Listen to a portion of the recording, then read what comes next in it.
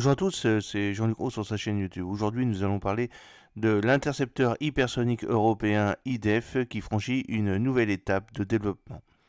2024, en achevant sa revue de définition de mission MDR, marquant la deuxième étape technique dans le développement d'un intercepteur endo-atmosphérique conçu pour contrer les menaces hypersoniques, l'Organisation conjointe de coopération en matière d'armement, l'OCCAR, a annoncé le succès de la MDR qui conclut la phase de préfaisabilité du programme IDEF. IDEF est l'étude de Hypersonic Defense Interceptor qui rassemble 19 partenaires et plus de 30 sous-traitants dans 14 pays européens. Le projet IDEF est financé principalement par un investissement de 100 millions d'euros, 111 millions de dollars, du Fonds européen de la défense visant à répondre aux menaces hypersoniques anticipées après 2035. L'objectif principal du projet IDEF est de créer un système d'interception extrêmement agile capable d'opérer à différents niveaux atmosphériques en utilisant des technologies de guidage et de capteurs avancés. Un montant supplémentaire de 10 millions d'euros est apporté par les États membres, dont la Belgique, l'Allemagne, la Norvège, la Pologne et l'Espagne. Le MDR est concentré sur la mission de l'IDEF et sur les concepts développés pour la mener à bien.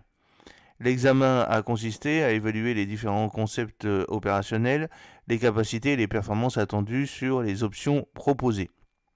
Il comprenait des évaluations des besoins des utilisateurs et de la mission, une analyse des menaces, l'identification des systèmes d'armes et de capteurs et un système de haut niveau.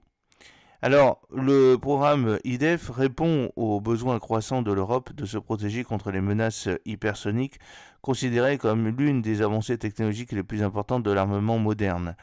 Ces menaces incluent des missiles capables de se déplacer à des vitesses supérieures à Mach 5 et de manœuvrer de manière imprévisible, ce qui les rend particulièrement difficiles à intercepter avec les systèmes de défense actuels.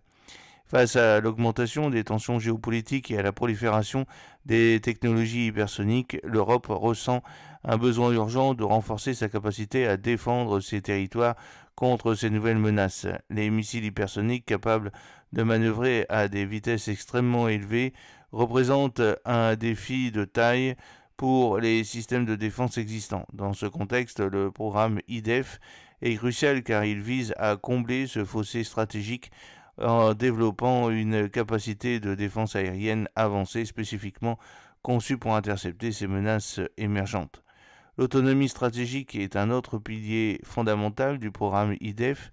En développant un intercepteur hypersonique extrêmement spécifiquement européen, les nations du continent peuvent réduire leur dépendance aux technologies étrangères, notamment américaines. Cette initiative renforce non seulement l'industrie de défense européenne, mais assure également une indépendance technologique essentielle dans un domaine aussi sensible que la défense contre les menaces aériennes de nouvelle génération.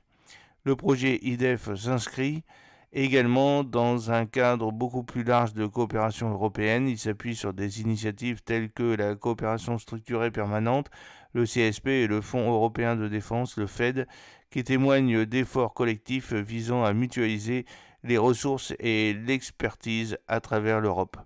Le consortium IDEF, dirigé par l'entreprise espagnole de défense antimissile SMS, rassemble 14 entreprises de 7 pays européens, toutes dotées d'une vaste expérience en matière de défense aérienne.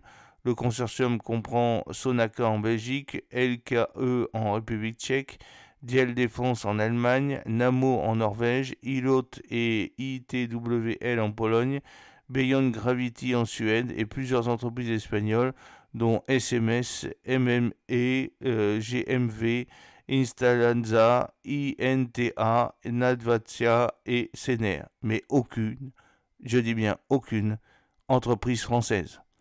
Donc cela représente véritablement une mise à l'écart de l'industrie de défense française et c'est une question à se poser.